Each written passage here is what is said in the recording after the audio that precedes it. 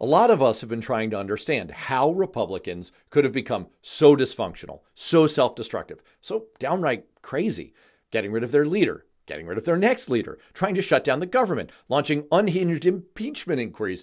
Is it Donald Trump? Is it Vladimir Putin? Should we blame Canada? Yes, definitely. But there's another explanation that fits shockingly well.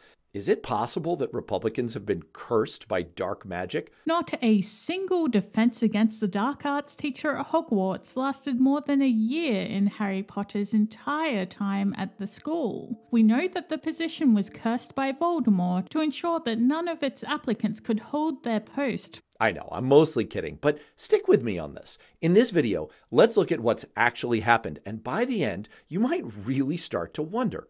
The genesis here came with Newt Gingrich about 30 years ago. He's the dark wizard in the story. He rose to power on a new, cutthroat, extreme brand of politics.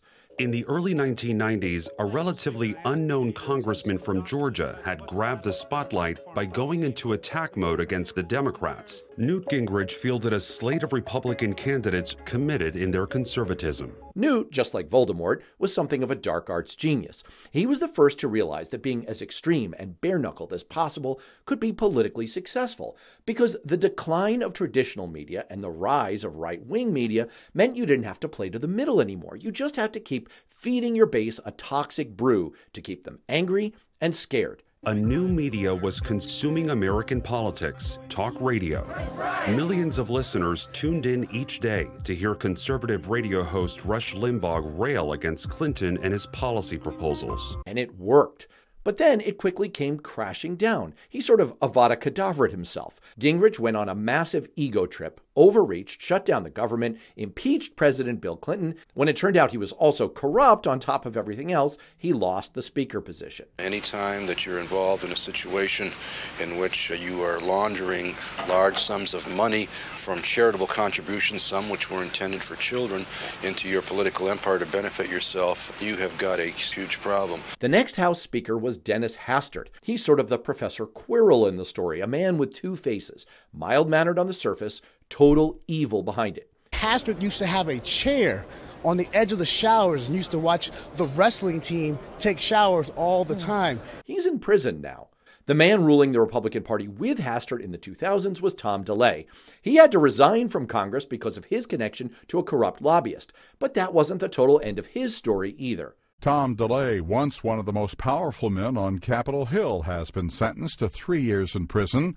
DeLay was convicted in November for his role in a scheme to illegally funnel corporate funds to Texas political candidates in 2002. By the way, by the late 2000s, even comedians were drawing the line on Republican criminality and self-destruction straight back to Newt Gingrich. I don't know how you talked me into this, DeLay. Conspiracy, money laundering. And they don't even know the half of it. It's like they just arrested Charlie Manson for littering. Let's face it. If we head back to Washington, we bought a one-way ticket to Newt Gingrich town. By the way, the other Republican leader during this time was one who didn't actually end up in prison, but he ended up being perhaps just as destructive as the rest of them, if not more. Former U.S. House Majority Leader Dick Armey is co-author of the book Give Us Liberty, a Tea Party Manifesto. That's right. The man who brought us the Tea Party is a guy named Dick Armey. No, I'm not making that up. Dick Armey was both the founder of and the definition of the Tea Party. And yes, he sowed the seeds of further self-immolation by the Republican Party. Some of the candidates the Tea Party has supported, Sharon Angle in Nevada, Ken Buck in Colorado, and others. Now, Democrats are saying these candidates may be acceptable inside a Republican primary, but they're not going to do as well when they face a general election. Yeah, no shit. All of these folks lost, but worse than that, by funding and empowering the nihilist, anti-government, angry, and violent portion of the Republican Party, Dick Armey sowed truly terrible seeds for the future. Look at this description he gives about a Tea Party rally in Washington, D.C., and see whether it makes you think of a certain other event in January 2021. These folks that are known as the Tea Party activists, they're probably the kindest, gentlest, most gentle souls we ever saw. We had 1 million of them in town last September, and they left the town cleaner than they found it. With the rise of the Tea Party came a new crop of would-be Republican leaders. There were 3 of them, and they called themselves the Young Guns. Billy, we're good, but this is getting ridiculous. Not those guys. these guys. This is the young guns. They have a book, they have a website. They're the new face of the Republican Party. Do you recognize them? They are Eric Cantor, Paul Ryan, and Kevin McCarthy. In the next 10 years, they would become Republican Majority Leader, House Speaker, and House Speaker.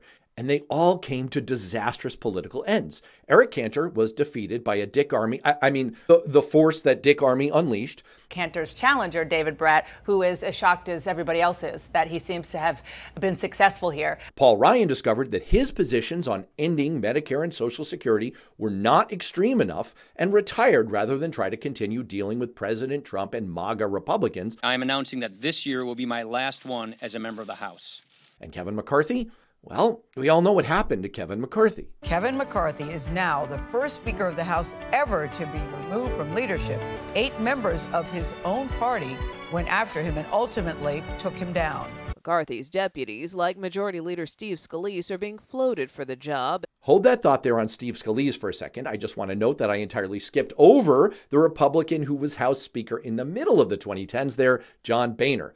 How do you think things turned out for him?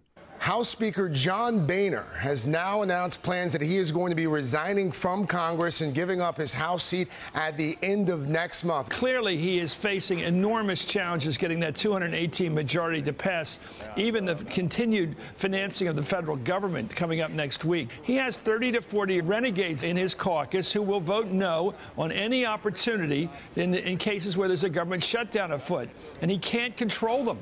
Oh, and of course, now, this week, we have Steve Scalise, whose reign atop the Republican Party lasted about 24 hours. I just shared with my colleagues that I'm withdrawing my name as a candidate for the Speaker designee. But there's some folks that really need to look in the mirror over the next couple of days and decide, are we going to get it back on track?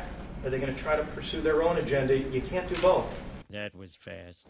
Since Newt Gingrich came to power 30 years ago, every single Republican leader in the House of Representatives in any of the top 3 positions has ended up in prison, thrown out of office by his own Republican colleagues, or in the case of Dick Armey and Eric Cantor, responsible for and victim of the unleashing of the darkest parts of the Republican Party.